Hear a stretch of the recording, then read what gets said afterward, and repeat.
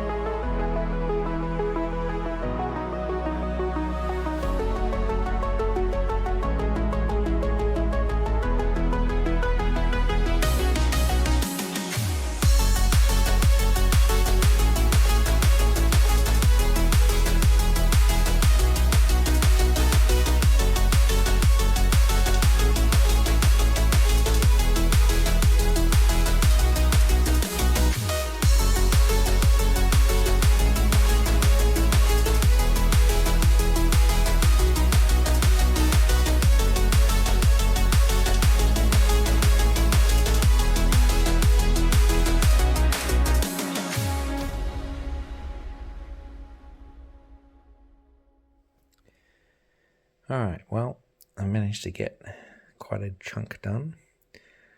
Probably looks kind of small on this at the moment, but it's on a full piece of plasterboard, so it's definitely taking up a bunch of room. But I counted the pieces across and up, and it's I think it was 25 by 30, so I'm assuming this is a 750 piece puzzle. So yeah, but it's kind of cool because I've managed to connect most of the big bits together and straight through for the most part, so it's actually sort of got quite a bit of structure to it at the moment.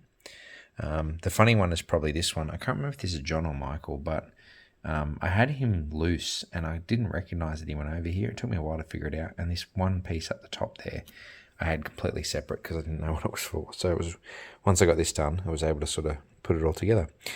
So yeah, I'm not sure what I'm going to work on now. I'm going to probably just go through my trays and see what sort of fits the most, to be honest. So yeah, let's see how we go.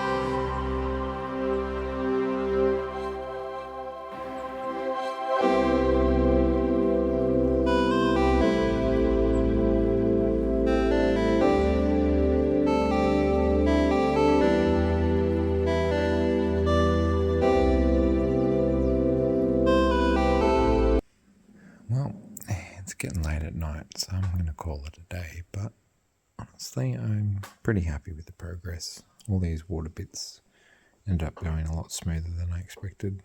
Gosh, that reflection looks real good, doesn't it?